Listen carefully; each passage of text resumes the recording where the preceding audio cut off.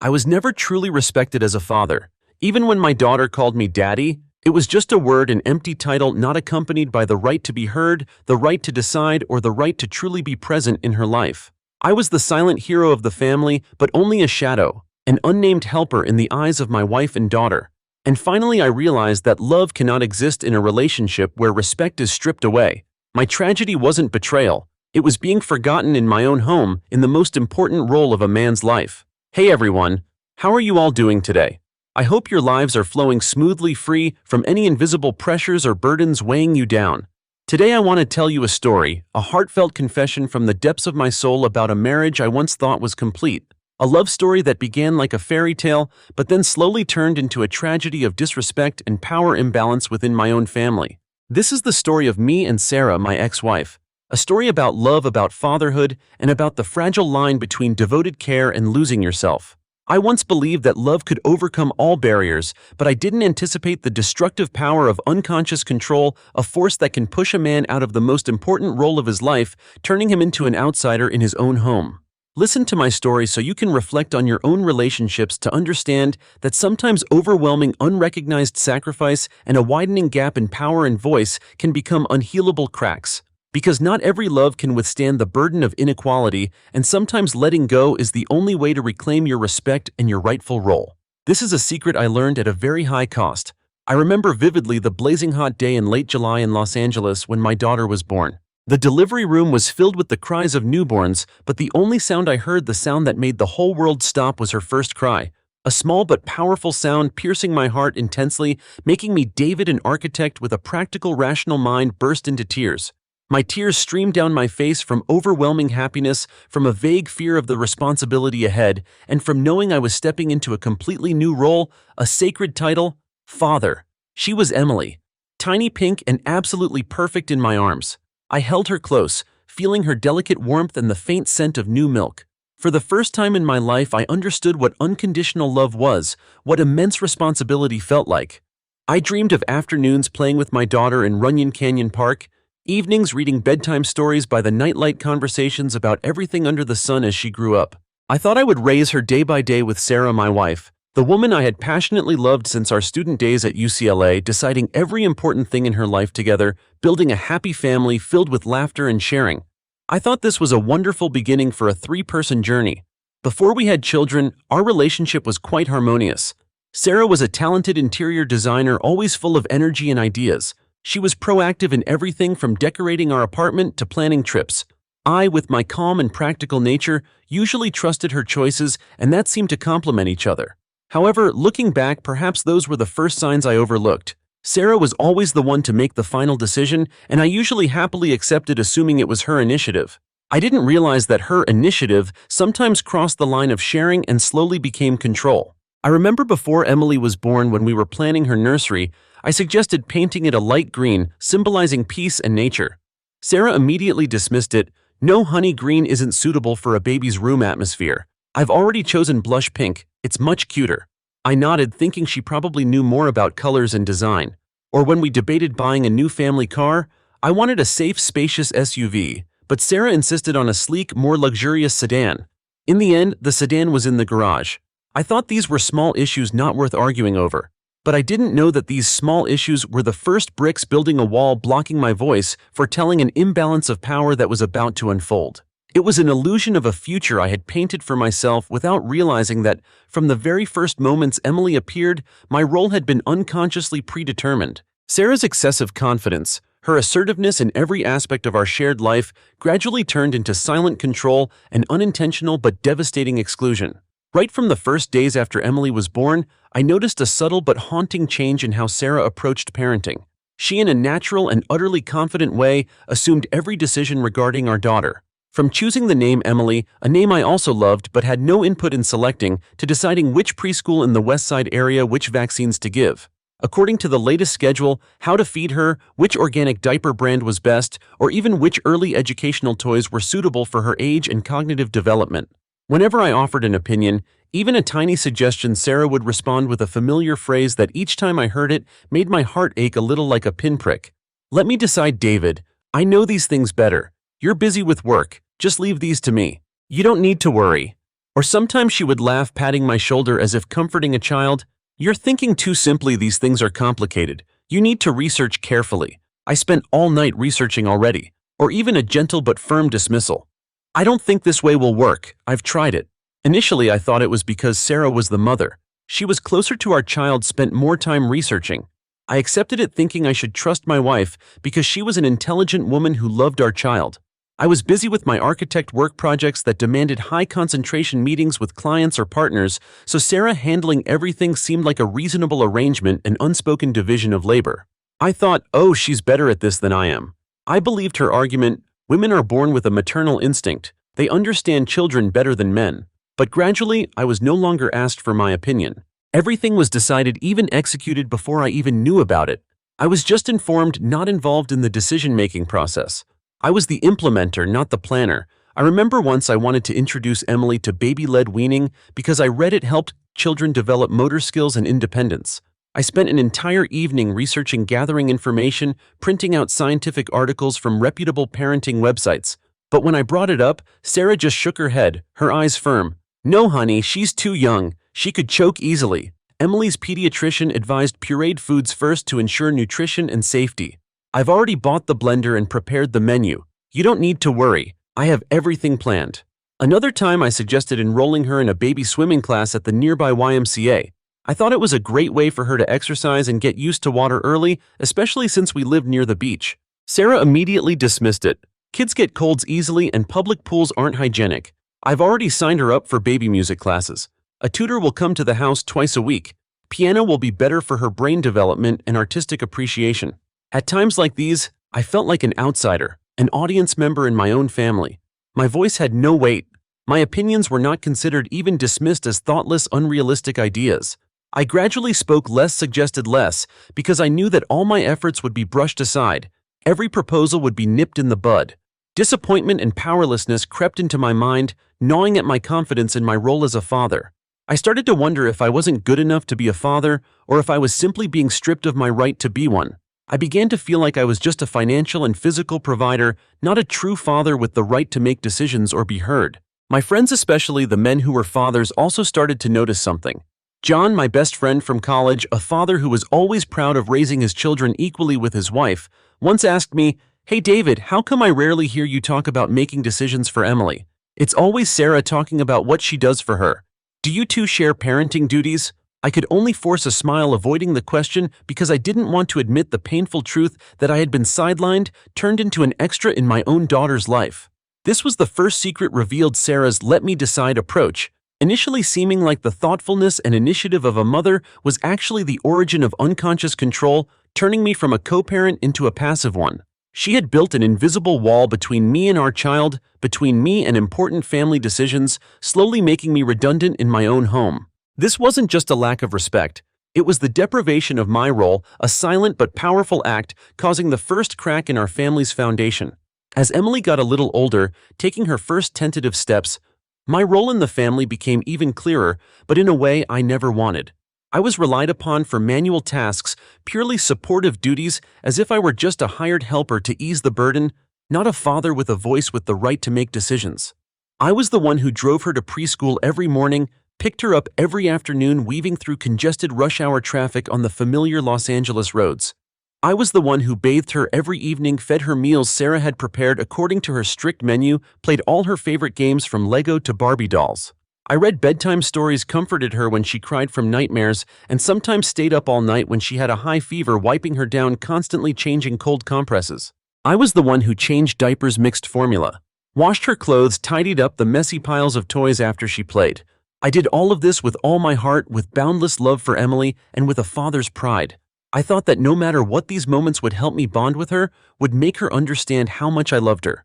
But when Emily was seriously ill and needed to go to the hospital, when she needed an important medical decision, like tonsil surgery, when the school had a parent-teacher conference about her academic performance, or future direction when there was an important school event like a costume party or a performance, Sarah always went alone.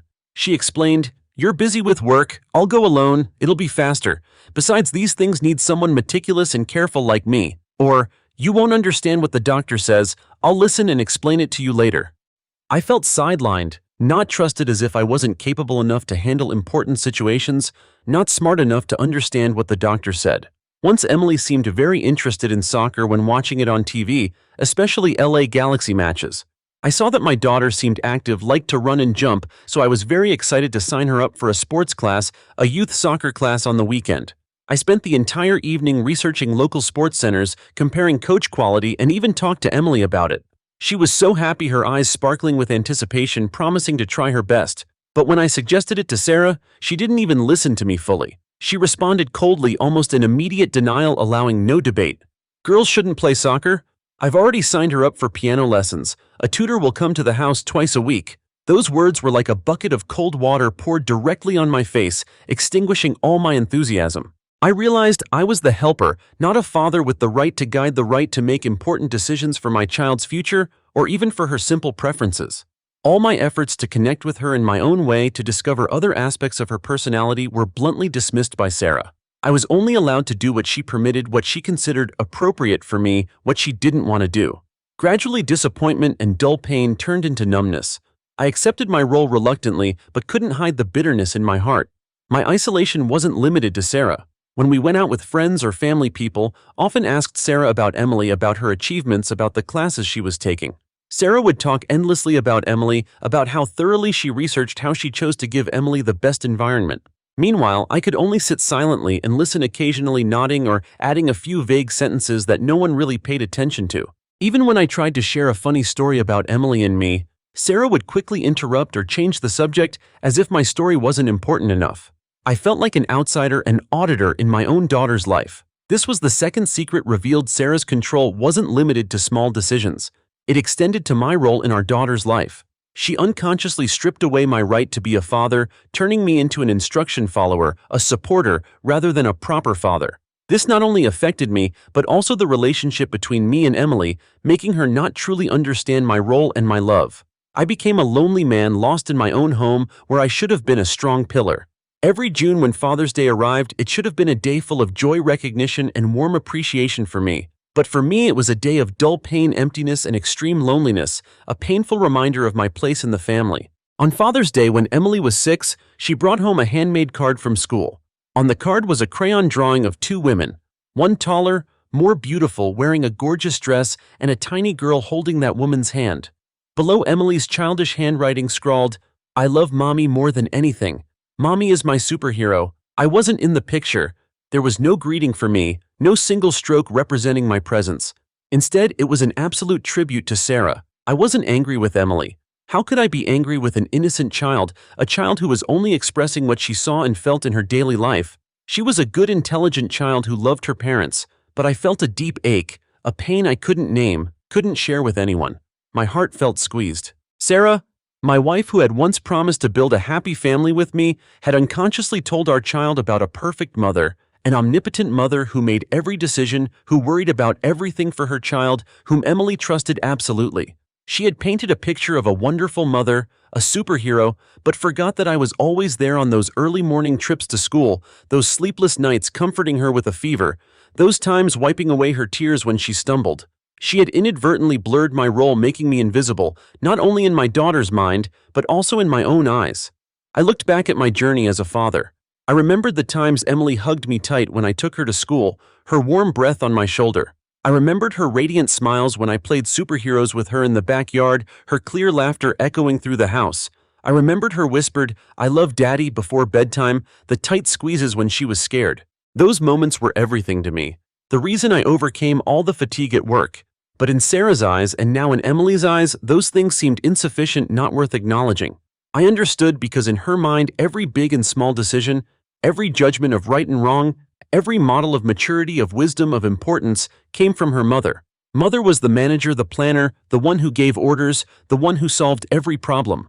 And Dad, I realized I was simply an assistant, someone on call to follow instructions. Someone who carried out tasks Sarah had predetermined, a material provider, but with no real power. I was just the chauffeur, the bath giver, the playmate, the executor, without the right to speak, without the right to guide. I was physically present for her, a pillow, a shadow, but emotionally, in terms of power, I was completely absent.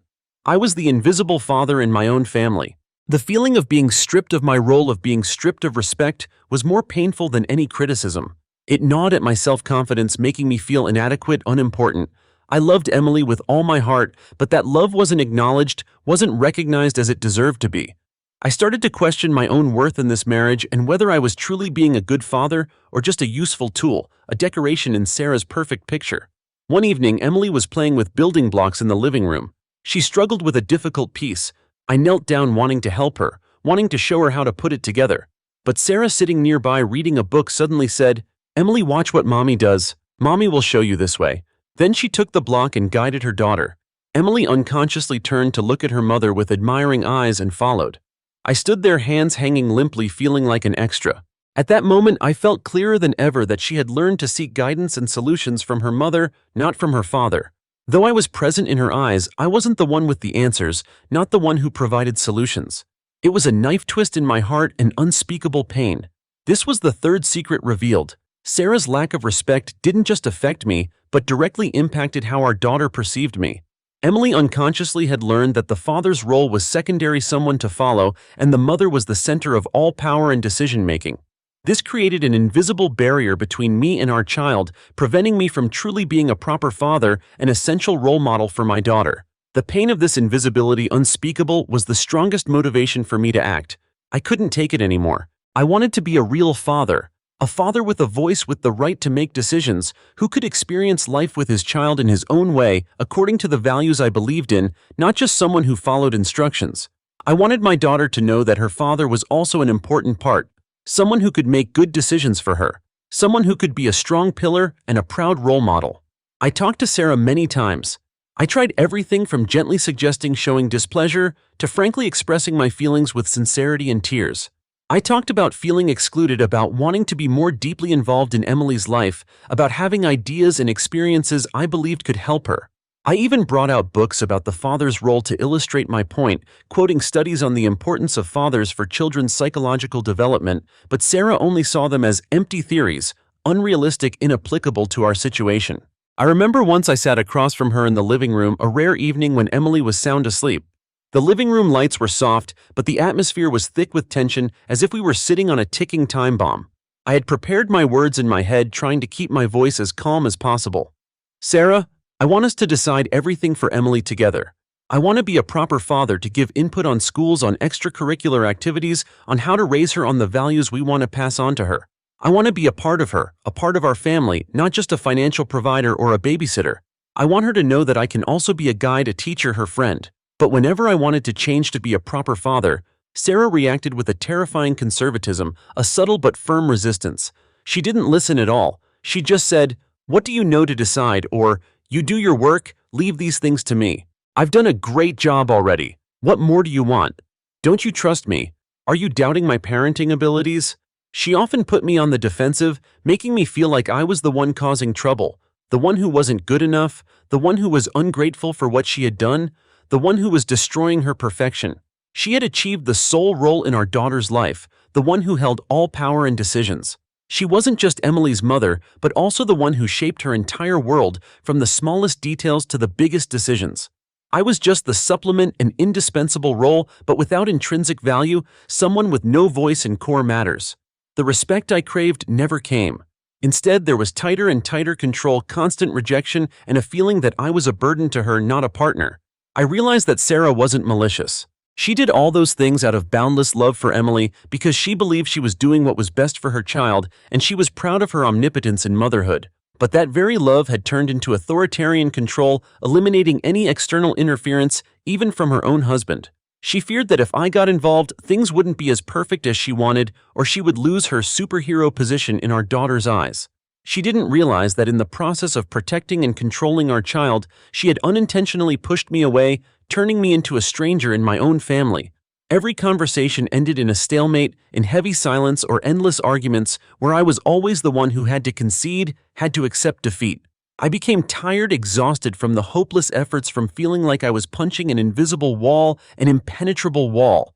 I loved Emily more than anything, but I couldn't live a life where I was stripped of my most important role. I couldn't watch my daughter grow up without knowing that her father could also make decisions, could also be an important role model in her life. I couldn't accept being forever just a supporter and unnamed helper with no voice, a shadow. This was the fourth secret revealed. Sarah's control, though stemming from love for our child, became an impenetrable wall separating me from a proper fatherly role. She unconsciously created an environment where my voice was denied, causing me to gradually lose confidence and feel disrespected. This not only destroyed our marital relationship, but also affected Emily's development, causing her to grow up with an incomplete father figure lacking profound presence and influence. The greatest pain was realizing that I had to choose between continuing to be a shadow or bravely stepping out to reclaim my identity. I had a painful awakening and knew there was no turning back. After many sleepless nights, many months of torment, I understood that I could not continue this marriage. I loved Emily. I loved Sarah, but I could not live in a relationship where I was not respected, not recognized for my role. I could not be a half-hearted father, an invisible father forever on the sidelines of my child's life. I filed for divorce. A painful but necessary decision. There were no big arguments, no blatant betrayals, no dramatic breakdowns like in the movies. Only the naked truth that we could no longer journey together on the path of raising our child equally, no longer truly be a family. I remember distinctly the evening I announced my decision. Emily was asleep. I sat across from Sarah in the living room, the dim light mirroring our marriage. "Sarah," I began, my voice trembling hoarse, as if I was speaking something I had suppressed for too long.